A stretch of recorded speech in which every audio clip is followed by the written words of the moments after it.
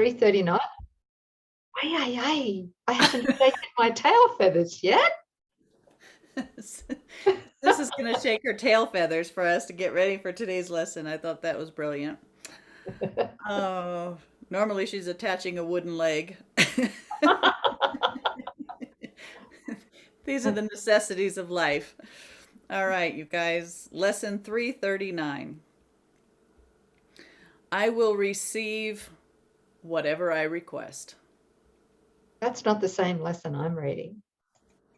Well, where are you? Oh, you know what? What? I apologize. This is Oh, lesson 339 today. yes, it is. I will receive whatever I request. That's right. Same as yours? Crazy that way, huh? Who would have thought? You have the same lesson that I do. How's that? Okay. Are you all together? We're on 339 and it's I will receive whatever I request. That's a big statement that shows the power of the mind. So, many years ago, I had to have shoulder reconstruction surgery. It was pretty painful. Well done, sis. So I requested it. Mm. I didn't know that at the time. Well, if you're going to stop being the sainted Christ and innocent one that you are, I mean, you got to bring it on, right? And it's got to be heavy and it's got to be thick and it's got to be constant for us to forget the light that we are. So order up because that's what we're doing. Wow. Yeah. Yeah, this is why we're never a victim. This is so big. This is just taking back the power, guys. Instead of going, it's happening to me, it's coming from me, and I could have a different experience if I'm really fed up with this one because it's always seek and don't find. So this is the lesson of accountability. I will receive whatever I request. Okay? So no one desires pain, not consciously, but he can think that pain is pleasure. No one would avoid his happiness, but he can think that joy is painful, threatening, and dangerous. Wow. Everyone will receive what he requests, but he can be confused indeed about the things he wants, the state he would attain. What can he then request that he would want when he receives it? He has asked for what will frighten him and bring him suffering. Let us resolve today to ask for what we really want, and only this, that we may spend this day, in fearlessness, without confusing pain with joy or fear with love. And I'd like to include the footnote on this one. Because we are confused about what we want, we can think that something at a distance is desirable, yet when we actually receive it, we discover that it brings only pain. This illuminates the meaning of today's idea. It is not emphasizing how wonderful it is that we will receive whatever we request. Rather, because we will receive whatever we request, the emphasis is on making the right request. Let us resolve today to ask for what we really want, and only this. So what is that? Yeah. Well, it depends on when we're constantly answering that first question of what am I? And so if I am mythical me, then it's not in our awareness, it's not conscious. But if we're, wanting and desiring this experience of separation, we don't want the light. So by default, by logical conclusion, you want the dark. If you don't want God, who is eternal life, we actually want death and its imagery. If we don't want to remember our innocence and our perfection, then we need guilt and imperfection and all those different forms. And if you want to forget that you're perfect love, you've got to have the mind entertaining fear, which is why we're always experiencing fearful images. And even the good in the ego dream is still fearful. It's funny, I was just talking to a sister the other day about, this love that she had and how in an instant that love cheated and left with another woman, and what was euphoric went to just travesty in an instant, right? How can we ever call that love? It's so far from the love of God, which is the only love that there is. So even the highest of highs here in the ego dream, for a while we think, oh, this is great. But how quickly, how fickle, how, it's a cheat, right? It has nothing to do with God, which is just an outpouring of changeless, inclusive love.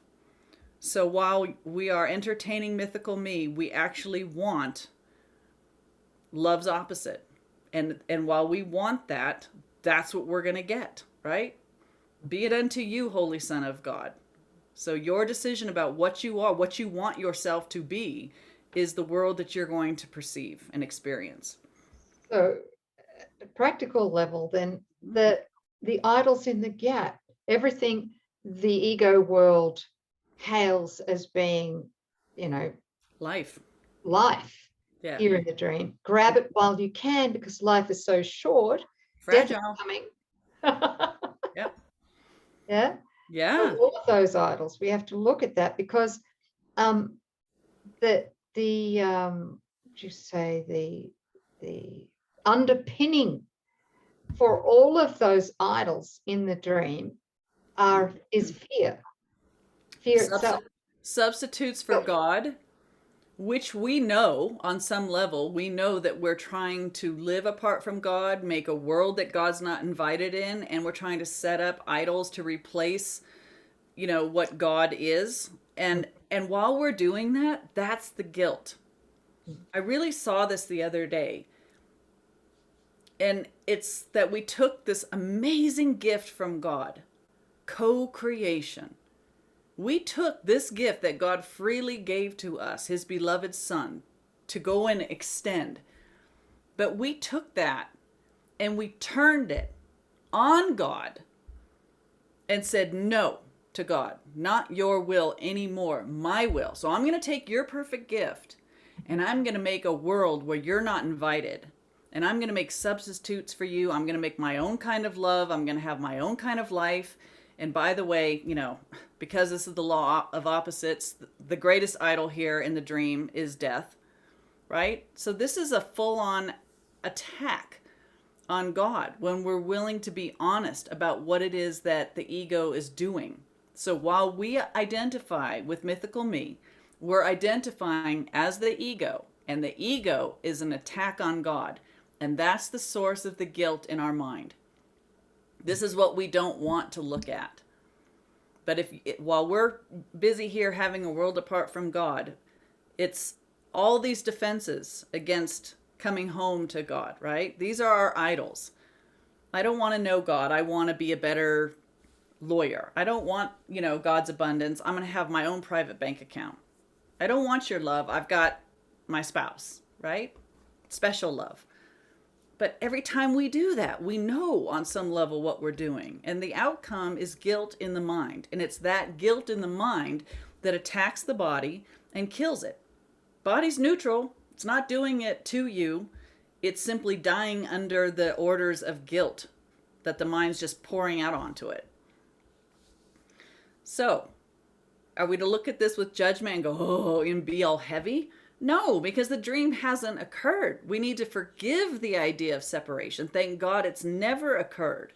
And recognize that the ego's thoughts aren't our thoughts. We simply fell asleep.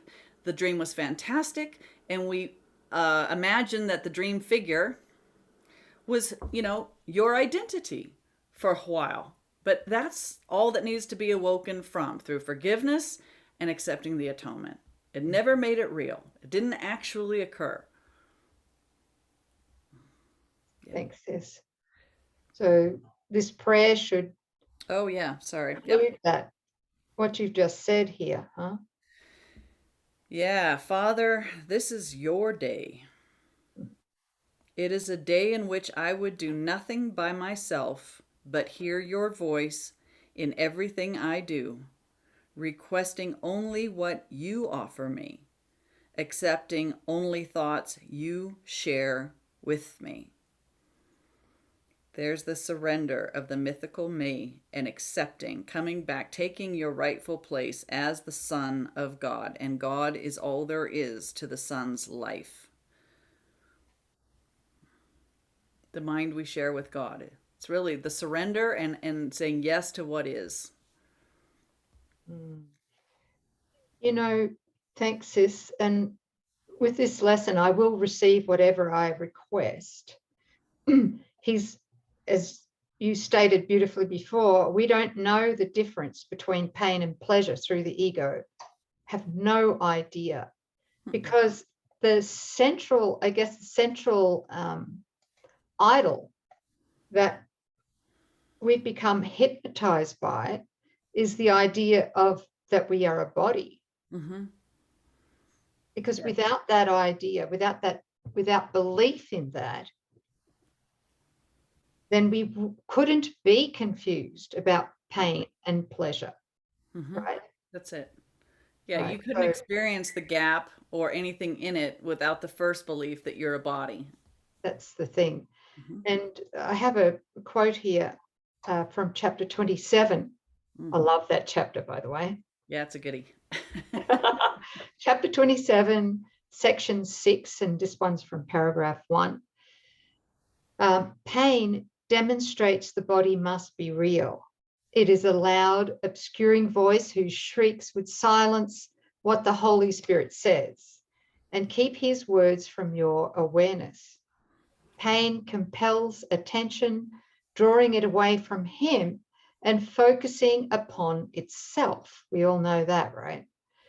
Now, its purpose, pain, is the same as pleasure, for they both are means to make the body real.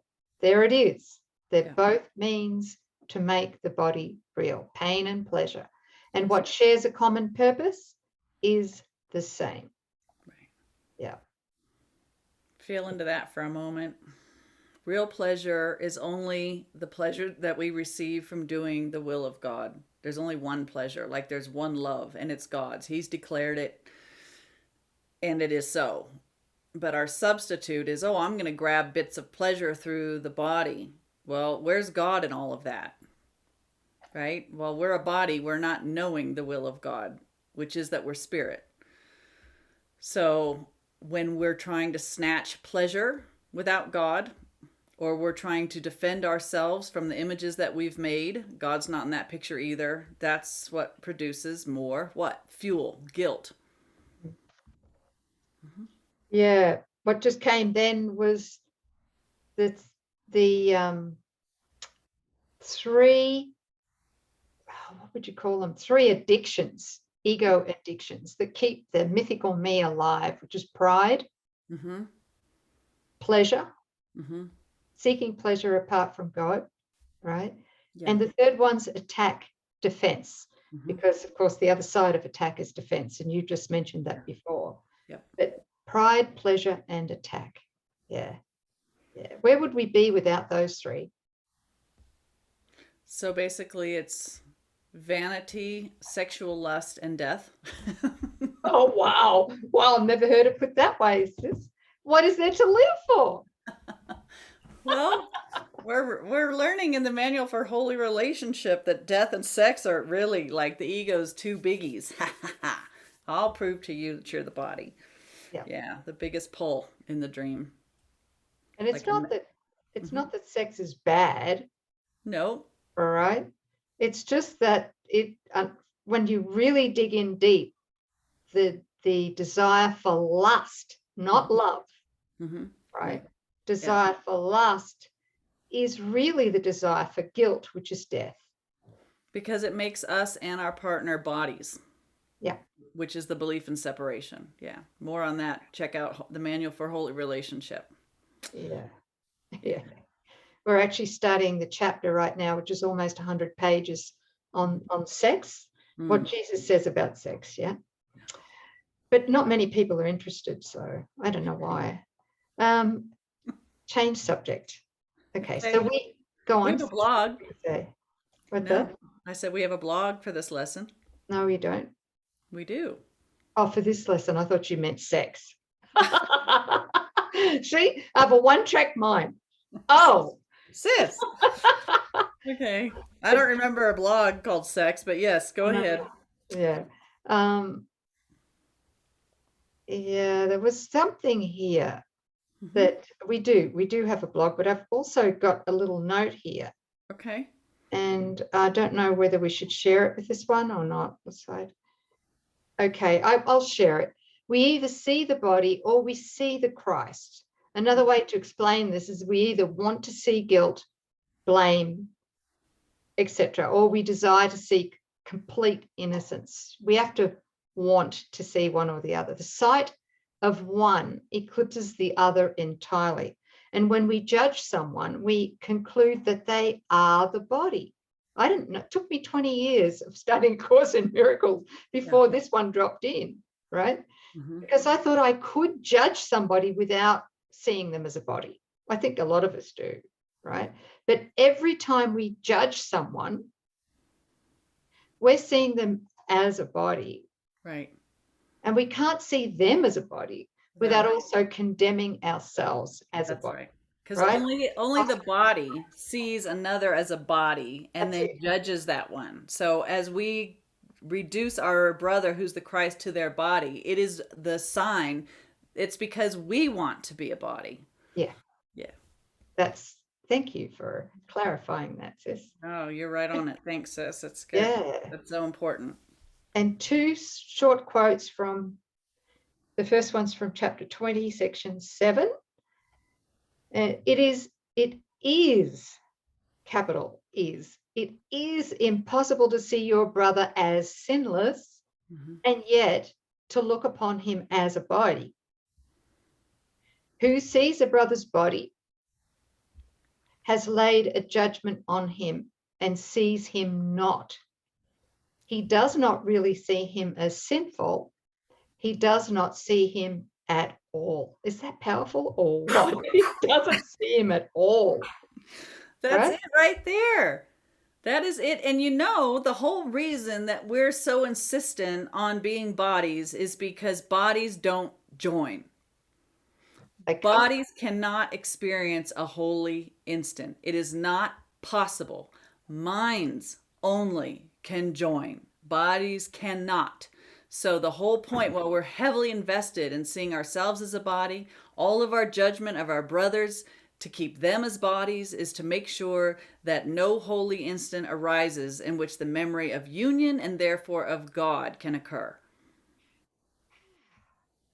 That's it. We're not seeing a brother at all while we even look upon him as a body, that let alone lust for that body. If we're looking upon a brother as a body and we've made that judgment that my brother is reduced to a body and that's him, I cannot join with him. Sis, going deeper into this, thank you so much, is that if I went, and I've spoken about this before, but when my daughter nearly died, my confession is I saw her as a body. Yeah. I was in extreme fear, terror. I was so worried about her. But then, of course, when I prayed about this, I got an epiphany that while I am afraid for her, I am condemning her to death. Yeah. So I was seeing her as a body and condemning myself as well. So that was a huge atonement process for me, which, of course, in the end, the outcome were many, many miracles, including that she recovered quite miraculously.